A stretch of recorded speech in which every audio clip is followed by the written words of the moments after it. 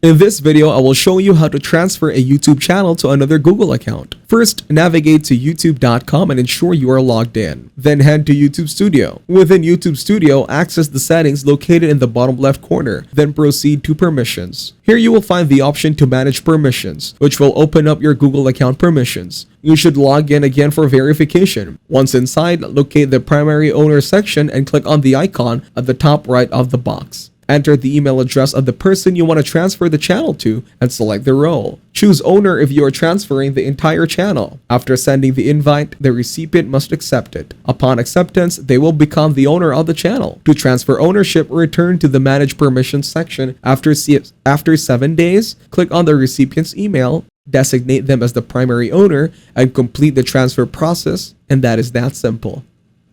If this video was helpful, please consider leaving a like and subscribing to the channel. With that being said, I will see you in the next video.